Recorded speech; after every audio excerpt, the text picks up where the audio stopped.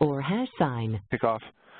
All right, guys, the recording is started, so we can go ahead and get started. You know, we're on as attendees, not panelists. All of you are? Yeah. Because I'm seeing you in the panelist module. Maybe the panelist there's a delay. Work for everyone. Huh. Suresh is on as an attendee. I'll take it. Yeah. Yeah. Okay. The recording has started, so go ahead, guys. All right. So good morning, everyone.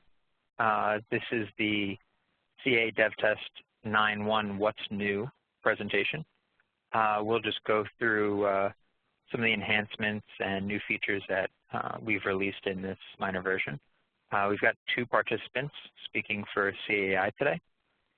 There's Fang Yang, who will walk us through the reporting enhancements in the UI, and he'll also go over some other basic UI enhancements. We've also got Suresh, and Suresh will walk us through the Chrome extension. Fang, I'll pass you the ball. Actually, can you grab it? And we can get started. Yeah, Fang already has the ball, so we're all set. I have it already.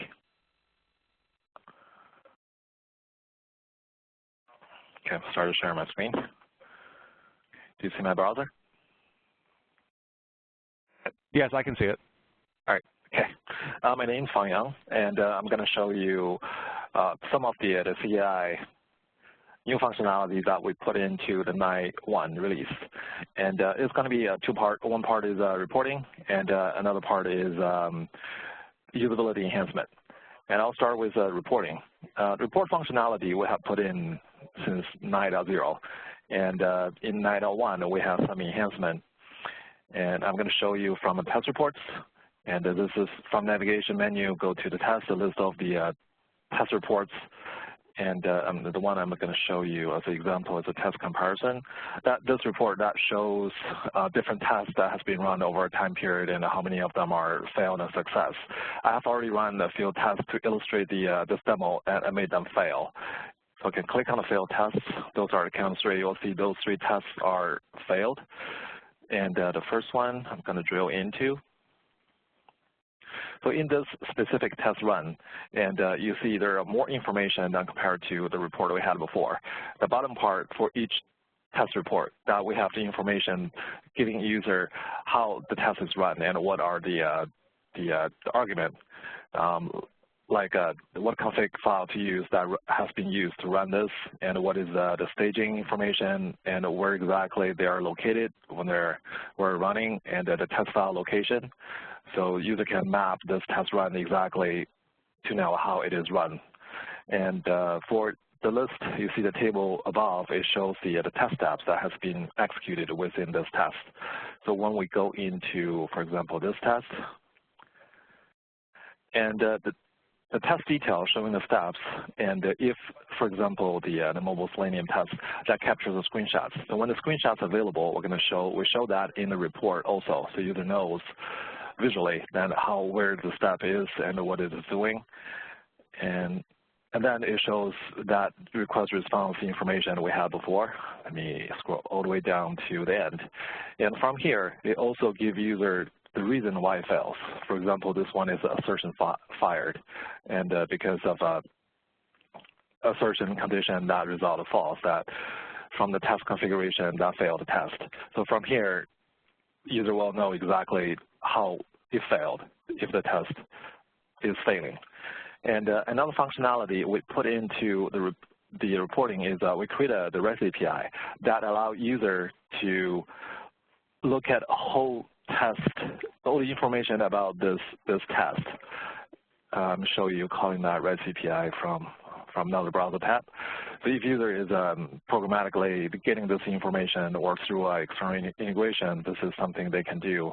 If you look at the URL, the last part is the test run ID. The test run ID can be retrieved from the report or from Workstation if you run it from there. Let me run it. So it generates a PDF report and it can be saved using the PDM functionality. So it gives the information about like the project config, staging doc, how it is run, and overall run result, and the steps that has been executed and their status. For each steps, the screen capture if there is one, and the request response information.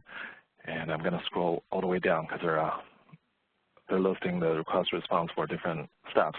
And at the end, they give the transaction response time for each of the steps and how it is performed. Okay, let me close this. So this is the reporting functionality we have for 9.1. Is there any questions?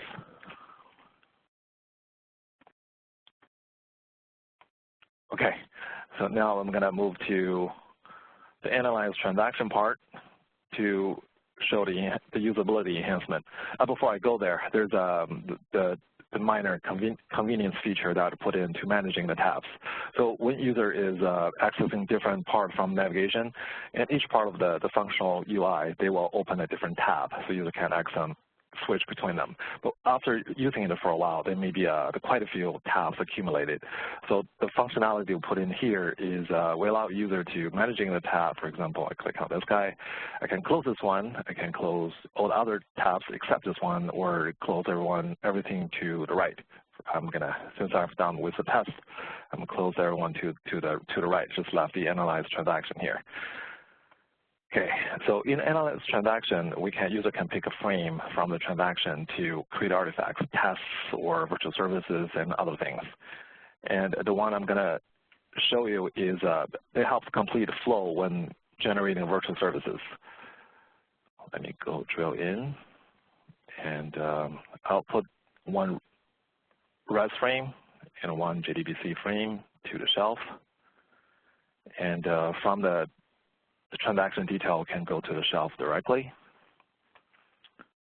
So from here, user can create a virtual service and go next to create it.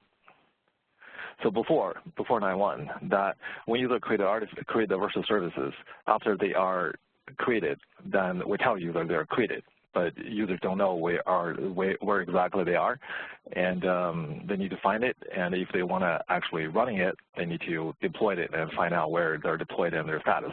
So make that flow connected. So allow user right after creating those virtual services, the user can select which VSE to deploy them into, and sending the group tags information. And once created, I'm going to start creating those. You'll notice there's a little pop-up dialog box showing the creation process. So this is without having to mask the UI, waiting for a creation process to be done. And we give user control back. So if user want to close the shelf, continue with their operation, they can continue to do that without have to wait. But the job progress track the creation of the virtual services and other artifacts from here. And once they are done, then you will get their status. And from the tooltip, you can navigate to the created virtual services, for example. See if I want to look at how this created virtual services looks like, and if you want to make modification, for example, so it takes me directly there, so I can continue work on that. Or if I want to see how this virtual services is deployed, I can go to this VSE that has deployed it into. Okay, close this one. So now you see those two virtual services have been deployed, and one is running, one is offline, and then I can control my virtual services and stop them to make them both offline.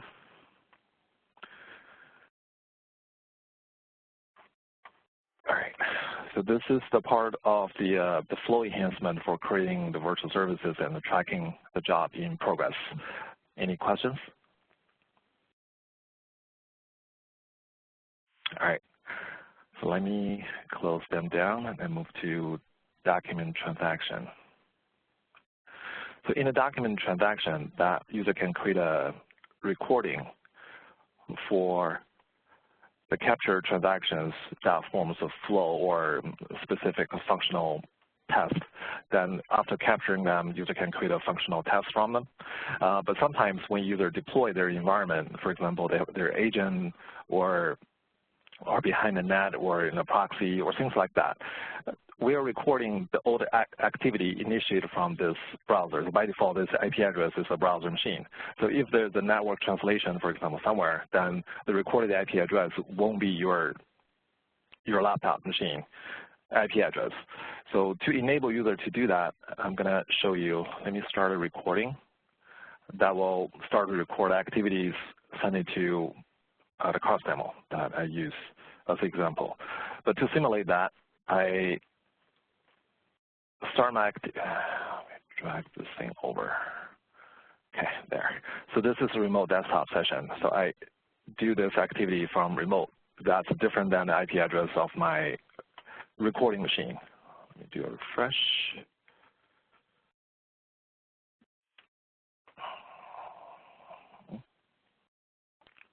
Okay, so I can do some activity, look at a car, look at a bin. So that will generate some transactions. And from here, you won't see anything because the filtered IP address for this recording is from my local IP.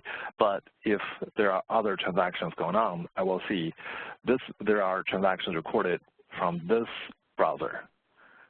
And then selecting that, it will see the transactions being captured for that activity. So I can then stop the recording, and then we can save it to a recording for the future use. Okay, let me close this down. So this is the recording enhancement part.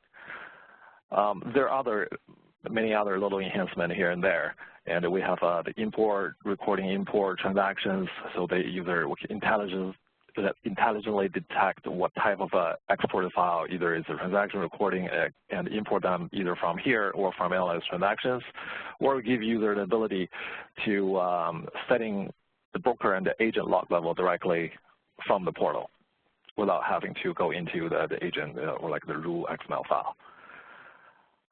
Any questions?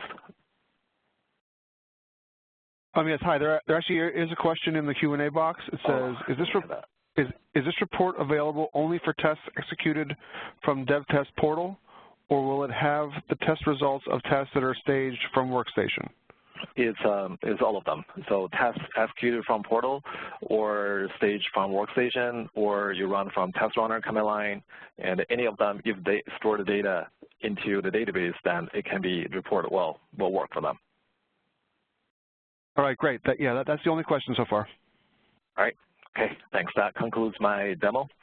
And Suresh, let me see if I can pass the ball to you. All right, Suresh, you got it ready.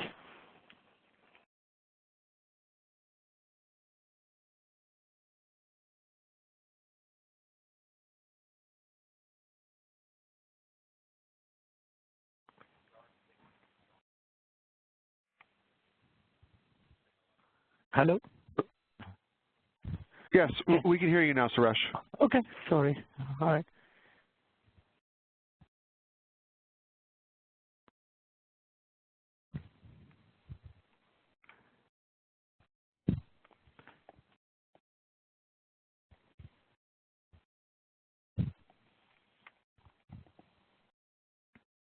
Okay. Can you see my screen? Yes, we can see it, Suresh. All right. Okay. Good morning. My name is Suresh Vedupula. Today I'm going to show you the functionality of the CAI Google Chrome extension. So what is the CAI Google Chrome extension? It simplifies generating functional test cases from the captured HTTP or HTTPS traffic right from your Chrome browser.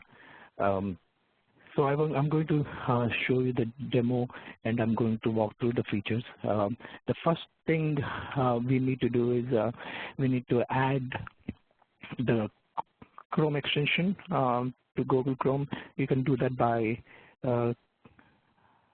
going to the More Tools, Extensions. and going to the Chrome Web Store and search for CAI, and it brings up this at the top of the page, and you can add it. Click on the extensions, and you will see this enable. And you open a web page where you want to capture the transactions. You can open the developer tools. The CAI extension is under the developer tools, so you can do it by clicking on the more tools, developer tools, and this brings up the CAI. So you click on the CAI tab. So now for this demo, I'm going to use a Cars app demo website. Okay, so what this CAI Chrome extension did here is it captured the transactions. Usually, without the CAI extension, the process of capturing this transaction involves installing or configuring and restarting the application server, and usually it takes hours to sometimes it takes a few days. The benefit of this one is you do not have to modify go into your application server and modify any application configuration. You can do all from your Chrome browser, and you can within a few seconds I was able to capture the transactions with simple clicks, and Google Chrome extension captured all these transactions. So what can we do about with this? We can create the functional test cases out of this. So I'm going to select a few things that I want to create functional test cases out of. So let's see. I'm going to first show you the details of what it captures. So you can see that just by clicking on one of the transactions, you can see the request and response in the request or response page or in the JSON tab. So it gives you all the header information, request and response information. In 9.1, we also added the ability to take screenshots. So that is also available in the details tab. So you can see the user visible screen that we capture the screenshot. So this is when it captures the transaction, this is what the user saw. And this is all captured in the transaction as well. So I selected a few of them. I can create a test case out of it. So functional test case. So first I have to shelf the selected paths, then create a functional test case. We support stateful and also data-driven test cases. Stateful gives you a full conversational view of all the transactions that you have shelved, and also the data-driven, which enables in the background we store all the data in a data set. So you can create the test cases. One second now. There's a problem. 1 second. Let's see.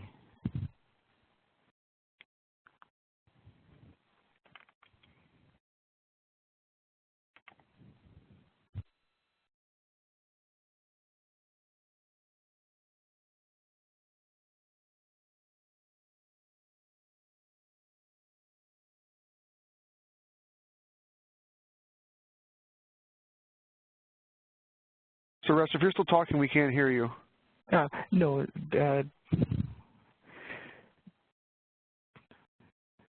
So this is there seems to be a problem here, but what you can do is you can just click on the functional test cases, and it will show you.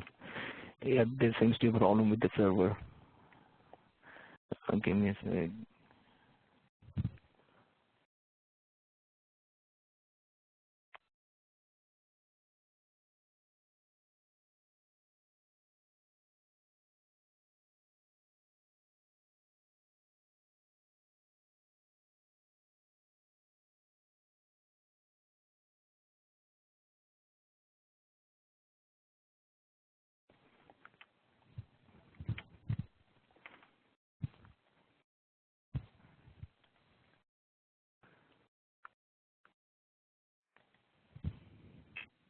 Yeah, I think I have to come back when the server is up, but that's you can create from here. That's yeah, there seems to be a problem with the server, so I have to pick another server. So it is a problem not with the Google Chrome extension, but from the server side. So Dan or Lynn, I have to come back at the end of the presentation. Okay, sure. Guys, who's going to present next? I can pass along the ball and we can move along, and then we can come back to Suresh.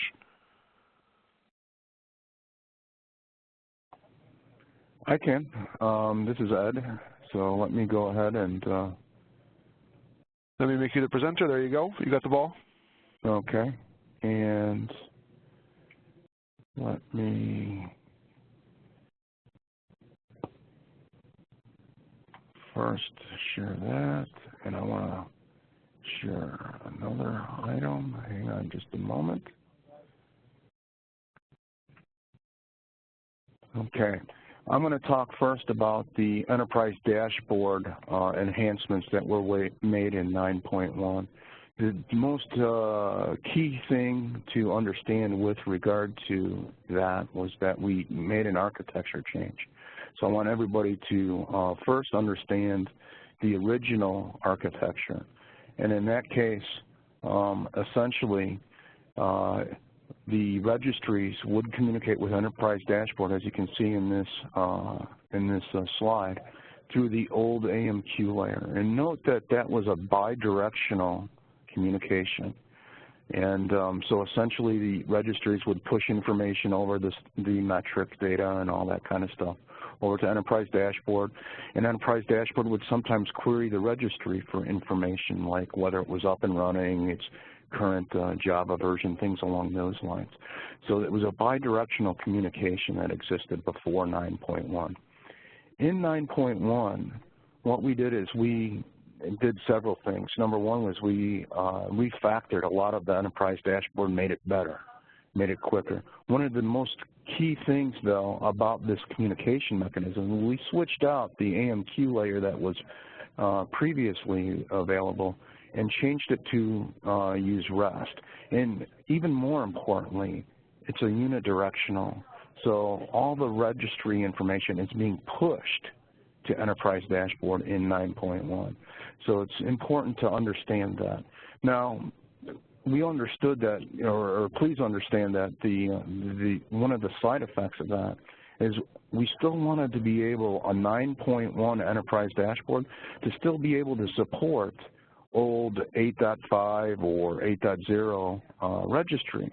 So what we did is we introduced this new component called CIC. Just think of this as like a legacy bridge, if you will. So what that means is if you're not going to upgrade all of your registries at the same moment to 9.1, just like Enterprise Dashboard has been upgraded, then what you're going to want to do is you're going to want to run this new component, the CIC, and essentially it acts as a communication layer with all the legacy registries that you might still have around in your enterprise. So they're still going to talk AMQ communication. It will be bidirectional to the CIC component that will exist on your Enterprise Dashboard server, and then it in turn will change the AMQ requests over to REST request, and communicate with the new REST mechanism on the enterprise dashboard. So hopefully that all makes sense to you with regard to the architectural change that we've made. So that means there is 2 services that you're going to want to make sure you run. The CIC service for backward compatibility. And once again, if you upgrade all of your registries to 9.1 at the same time as you do the enterprise dashboard, you don't need this. But if you're not doing all of them at the same time, then this is a new service that you're going to want to run along with the enterprise dashboard service. So then, let me next then show you enterprise dashboard UI. You can see that it's a little bit new look and feel here. And essentially this new look and feel, the unified user experience is supposed to give us that portal look and feel, the one that you're familiar with if you've been using Portal. Once again, you can see in it, as an example, on this particular page, you can see that we have many different versions of registries right now that have at one point in time or another reported into this enterprise dashboard service. Right now you can see that there's only one row here that actually has running components. It's just because my test environment right now only has one registry that's still up and running. These other ones we've all shut down, and they were reporting at one point in time to do various testing and whatnot. But for right now, this is the only one that is active. And if you go ahead, just like in the old Enterprise Dashboard UI, if you click on this link, you're going to see all of the details of the registry that you're used to seeing and all that. Once again, this look and feel is very similar. It's going to be all the Portal UI unified experience. A couple things we can do here is that we enhanced each of these quadrants so that you could group the components and collapse them and expand them so that you can actually do various things. We added a pop-out so that if that quadrant is too small for you to view. So there's a couple little neat little things there within the UI that we added that you can do from a usability perspective. So let me next share a couple of the config files that are new. And hang on just a moment while I pull those up. First one I want to talk about is a new file that is GreatestatProperties. And essentially what we've done with GreatestatProperties is we've migrated all of the enterprise dashboard configuration parameters that would have been part of the local.properties in the past. We've taken all those properties and put them in their own GreatestatProperties file. So now all of the enterprise dashboard configuration properties are all going to exist in this GreatestatProperties file. And so that's a key thing to recognize. If you run an upgrade process, understand that the upgrade will automatically scan through the local.properties, grab all of the enterprise dashboard configuration, and put it out in the GreatestatProperties file. However, just to be consistent with backwards compatibility, old upgrades that you do, we don't touch your local.properties file. So we'll leave that enterprise dashboard configuration out in local.properties. And the thing that I want to really communicate to you guys is be sure to go back to local.properties and remove that enterprise dashboard configuration. By having it in two places, you'll be confused in the future when you're not thinking about this process. And the whole reason that we don't modify local.properties is our upgrade process has never in the past upgraded local.properties. That's your guys' file. We don't edit that file as part of the upgrade process. So we didn't want to start doing that now. So the one thing that I would communicate is that you guys do go back, look at local.properties, and remove your enterprise dashboard configuration from that. And so that's important to note. I wanted to make sure that you guys all understood that. Let's see here. The next thing that I wanted to talk about was the site.properties. So let me share that real quick here.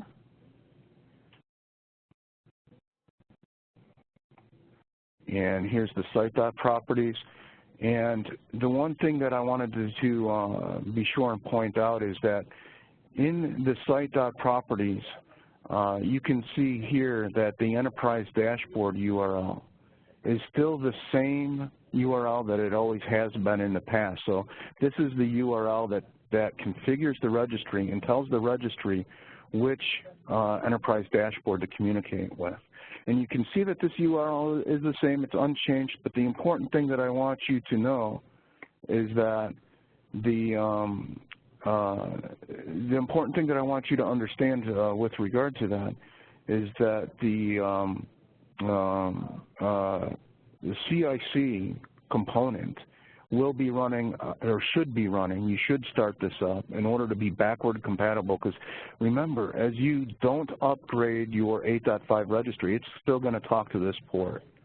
And after installing and upgrading Enterprise Dashboard, that CIC piece, that legacy bridge, you want to make sure that that's running on the same server and port as what the old Enterprise Dashboard was. So in this case, it would be like my local host on that default port of 2003 that I was using. So the CIC should be running there, so that way all of the 8.5 registries, the 9.0 registries, all those that I'm not upgrading to 9.1 are going to be able to talk to that CIC component. And that CIC component then in turn spins all of the information back over the wall to the new 9.1 Enterprise Dashboard. So hopefully that's clear to everybody. And so make sure that CIC component is running on the same host and port as the Enterprise Dashboard was in the past. Let's see here, other things that I wanted to bring up.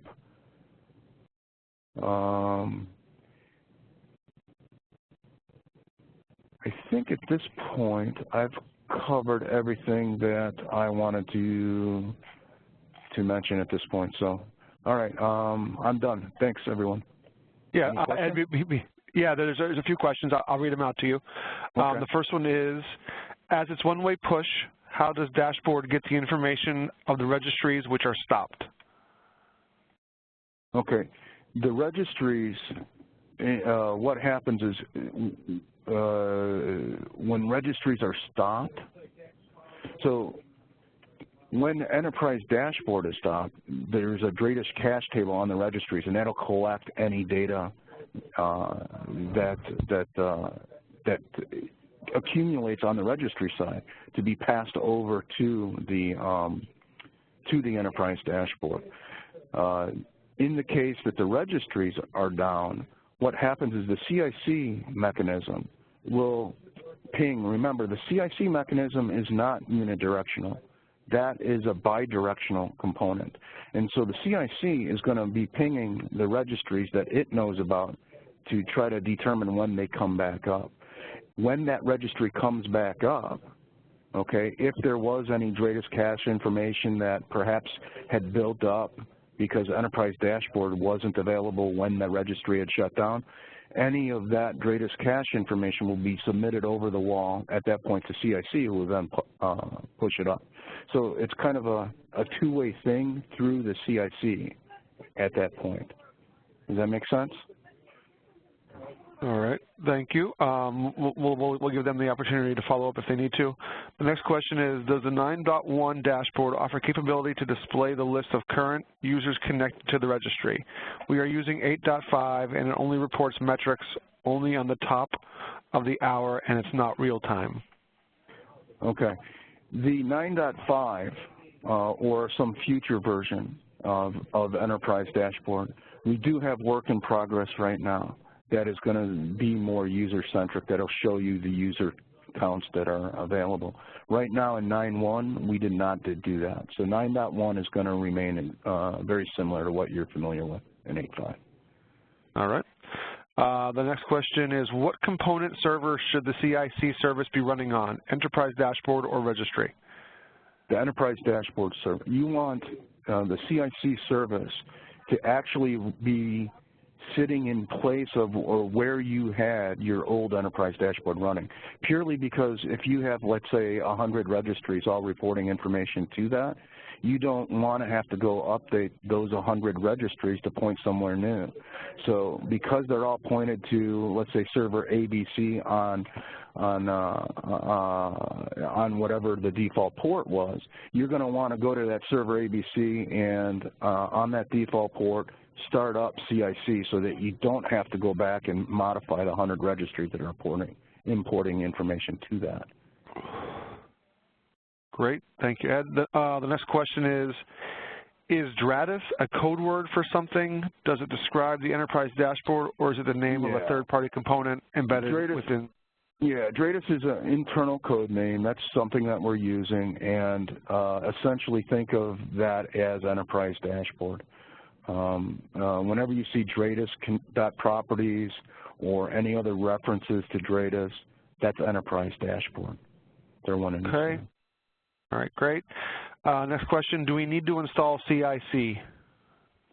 No. If you upgrade all of the registries at the same time to 9.1, then because everything's at the 9.1 level at that version, you do not need to run CIC. So CIC is an optional component only for backward compatibility. Okay, yeah, this next question might be related to that as well. I don't see a CIC component in my DevTest bin folder. Is it a separate install? No, it's not a separate install. It all gets put down all on the Enterprise Dashboard server. So upgrade Enterprise Dashboard and go look at the bin directory there, and you should see Enterprise Dashboard CIC. All right, that seems to be all the questions. Go ahead. The binary name is called Enterprise Dashboard CIC.exe. So that's what you're looking for if you're on a Windows environment. All right, great. That seems to be the last question, so I'm going to hand things over to AK. AK, I'm going to make you the presenter. No, actually, go ahead. Menka will. Sorry, I was going to say Menka will be the first presenter. Just want to do a quick introduction. So now we're going to cover the new functionality that we released in 9.1 for Service Virtualization. For those who don't know me, my name is Anand Kameshwaran. I'm the product owner for SV. And with 9.1, we had two kind of marquee features that we were releasing. One was ODP clustering. That's our opaque data protocol, which allows us to process virtual services where we do not have a specific data protocol handler. And with 9.1, we added a visualization-based algorithm that is a form of artificial intelligence, and basically that will help allow us to cluster our transactions and increase the performance and accuracy. The second piece that we had for 9.1 were improvements to our JSON data protocol. So now JSON is parsed natively, and this leads to better handling of edge cases as well as handling some of the special characters, and addresses some of the concerns we had seen in the community about how deterministic arrays and things like that are parsed. So just before I turn it over, I really would like to extend my thanks to my Scrum teams who developed this functionality. We're going to have the developer who took the lead on each of these capabilities present them to you. And I encourage you to use the Q&A if you have any questions about the new features as we go along. So at this point, I'd like to turn it over to Menka, who can demonstrate the opaque data processor clustering.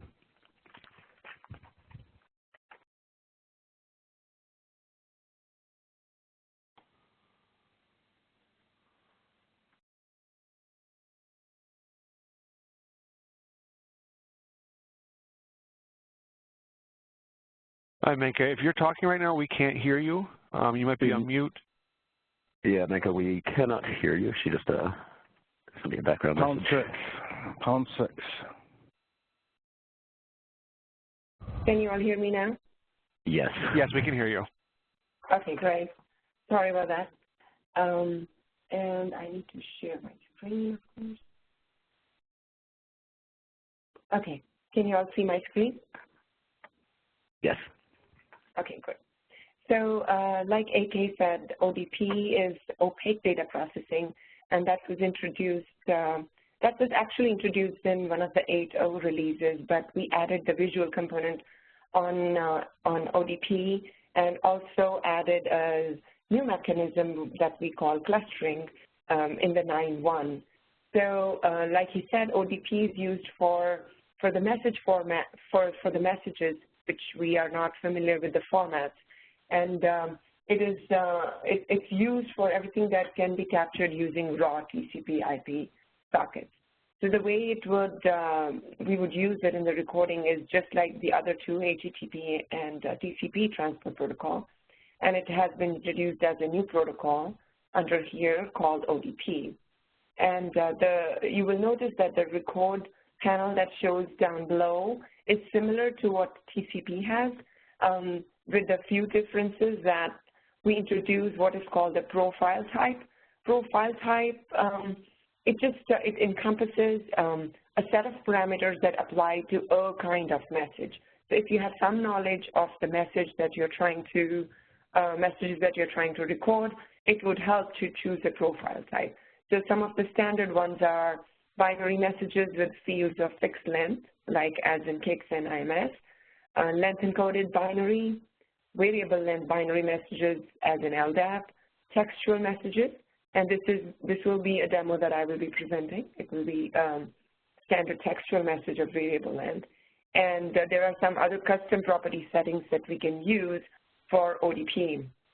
And since it is set up on top of TCP, I have one recorder ready to go here with a local host 8001. I have a server running, which is a greeting server. I'm calling it greetings because if I send a message to this server, let's use this one. So if I send a message to this server, it responds back with hello and how are you. So that's my greeting server. And once I start the recorder, like this recorder is set up for 54072, we will notice that we'll capture the transactions and they will be recorded for us. So let's go back and notice the transactions getting recorded. Starting the recording now.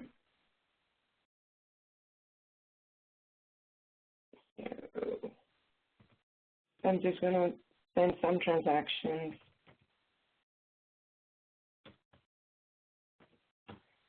And I do have some of them already recorded to demo because, so in ODP, one of the things is because the message structure is not known, a recommendation is that record more transactions.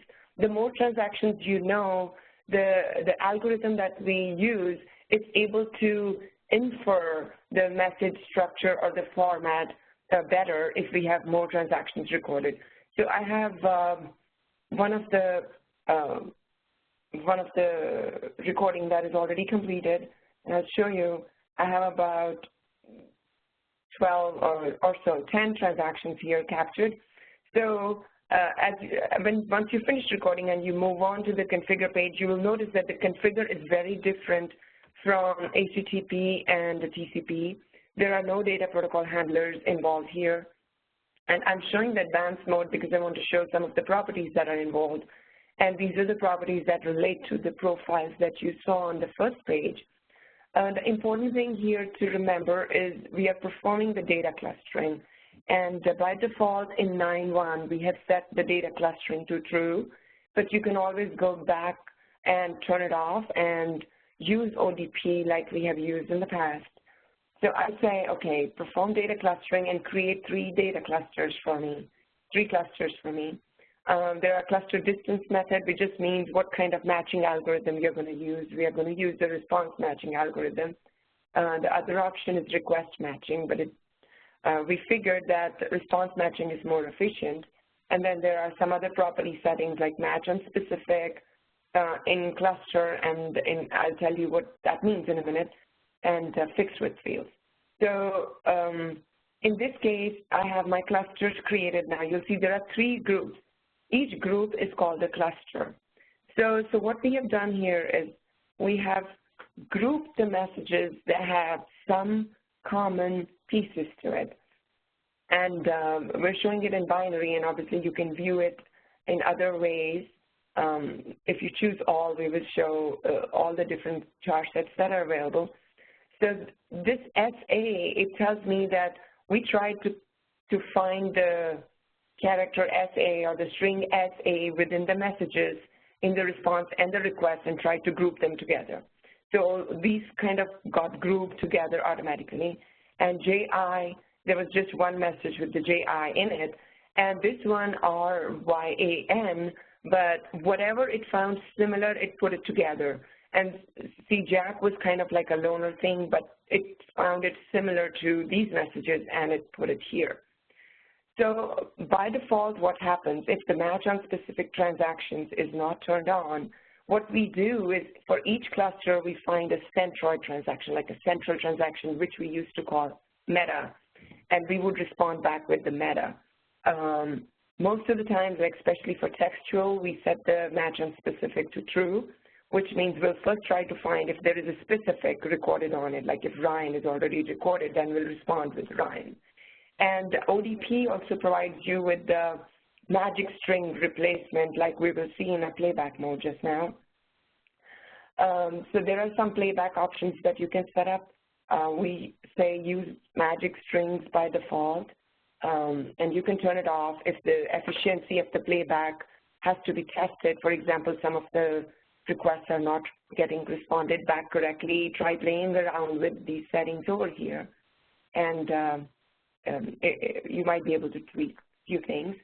So this would finish the ODP recording, and you can deploy. And in my case, my service is already deployed, ODP2. So I would test with this one right here, my playback. Once again, let's see that this is my server, and I'll be running with 53672.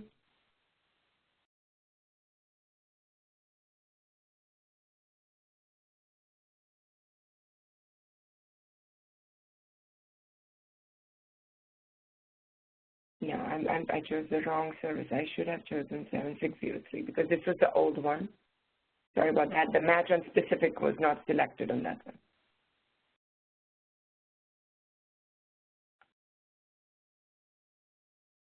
Yeah. So like I showed you that particular, the checkbox was not selected on that one. That's why it returned with the RY message, the meta message that we created. So now we will see Jill, and I'll just put, this was not one of the recorded transactions, and you'll notice a magic string replacement has been done for the response, and the response is not coming back from the server. It is coming back from here. I don't know if someone was paying attention or not. The transaction count is actually going up. Let's run one more to make sure that it is in fact coming from this transaction. So I just demoed that ODP can be used for some kind of TCP IP traffic where the message structure is not known very well, and we can successfully do magic string replacement as well. That concludes my demo for ODP. Thank you very much, Menka. Yeah, there's actually, wait, hold on. Before we do that, there's actually one question. Oh. How does clustering happen? I mean, what does ODP consider for clustering? So we have a patented algorithm that a university in Australia has helped us with. So this compares the entropy of each messages, and by entropy it means how different the message bytes are from each other. So if you look at these messages over here, let's look at this one. So it compares the messages byte by byte. And like we say, we cluster distance method we are using is the response matching. So it compares actually the responses. So you will notice that most of the responses were hello and then how are you.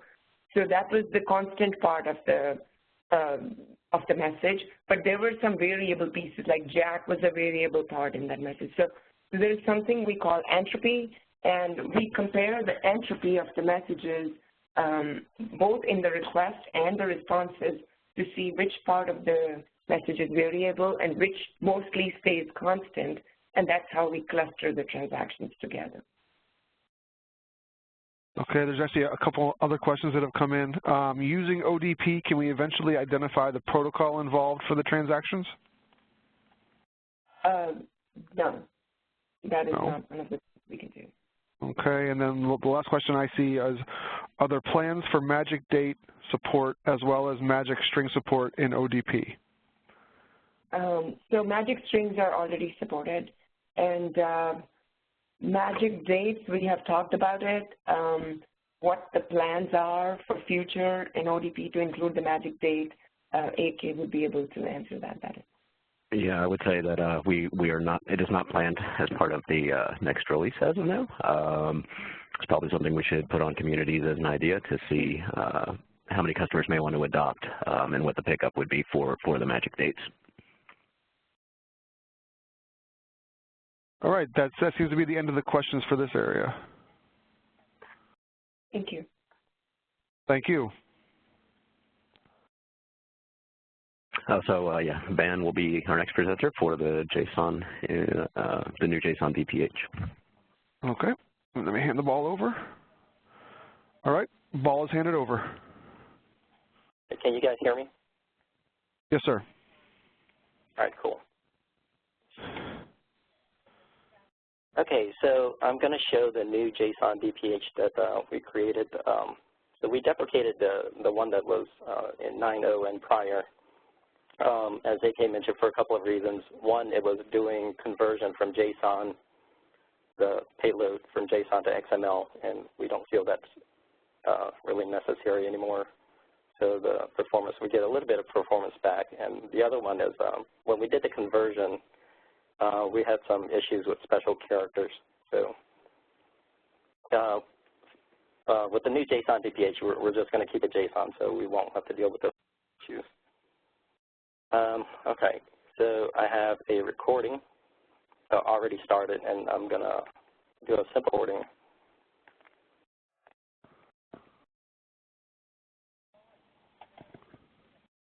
This website that I'm recording against really just echoes back what you send it.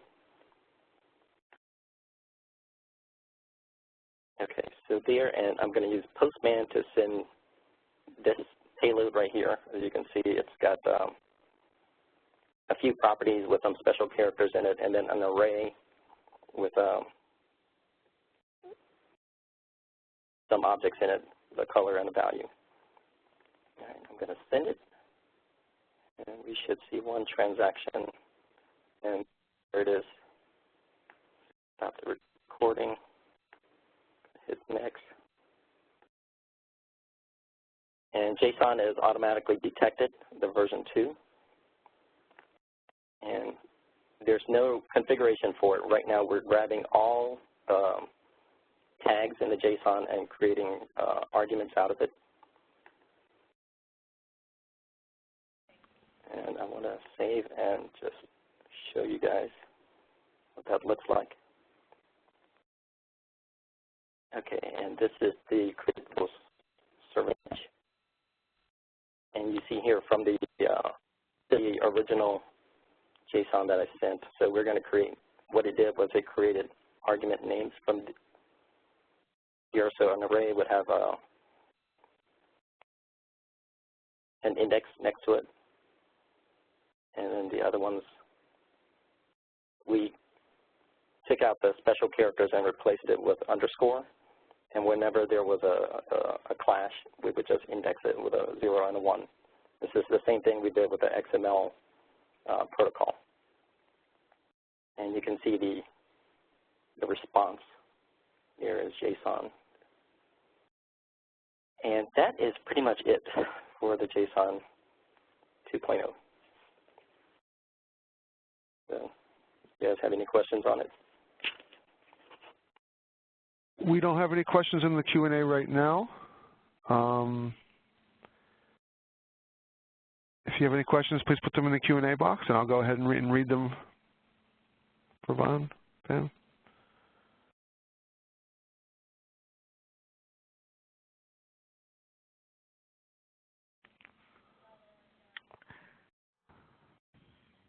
All right, there don't appear to be any questions, so thank you very much. Let's see. Do we have time to go back to Suresh, everybody? Yeah. I'm ready if you have time. All right. Yeah, so Suresh, I'll make you the presenter again, and then you can go back in. There you go. You're the presenter, so you can go ahead and share your screen again. Okay.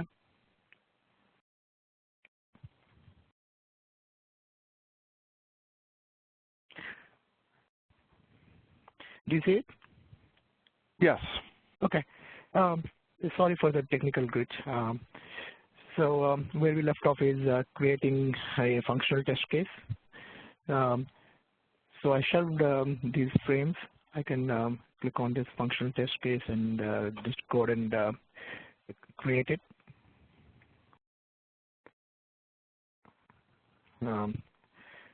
Give it a few seconds so it goes and creates that one, and you can do the same thing for the data-driven as well.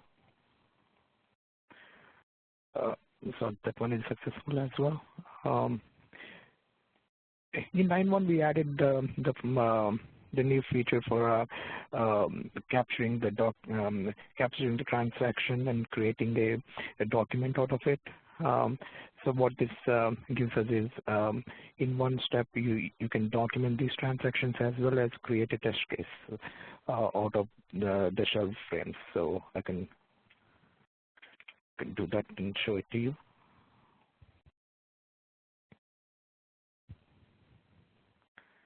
Give it a second. So this is successful. To see this, you can go into the DevTest portal. I'm going to show you the tests that have been created. So these are the ones that were created. You can run them, edit them in the workstation. And I'm going to show you the document transaction.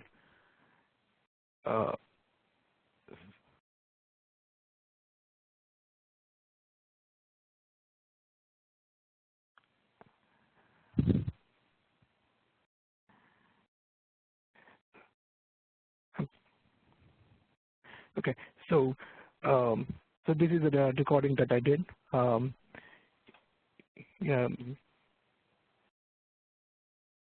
Yeah. So you can just create the document here. So you can, yeah, and it should open a.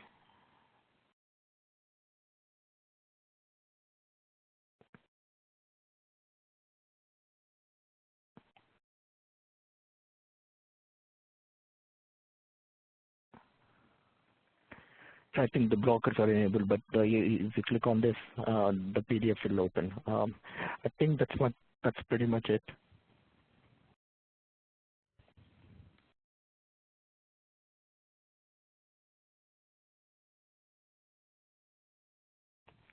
Any questions? I don't see any questions. I guess we'll give them a second to type in something if they do have questions.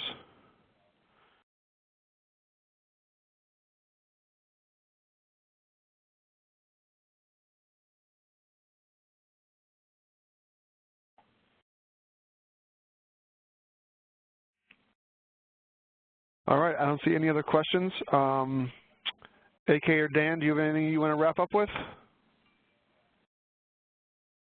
Nothing here. Yeah, same here. Thank you. All right, guys. Thank you very much to our presenters and to our attendees today. We'll get this replay published in the community later today, and we'll talk to you next time. Thanks very much.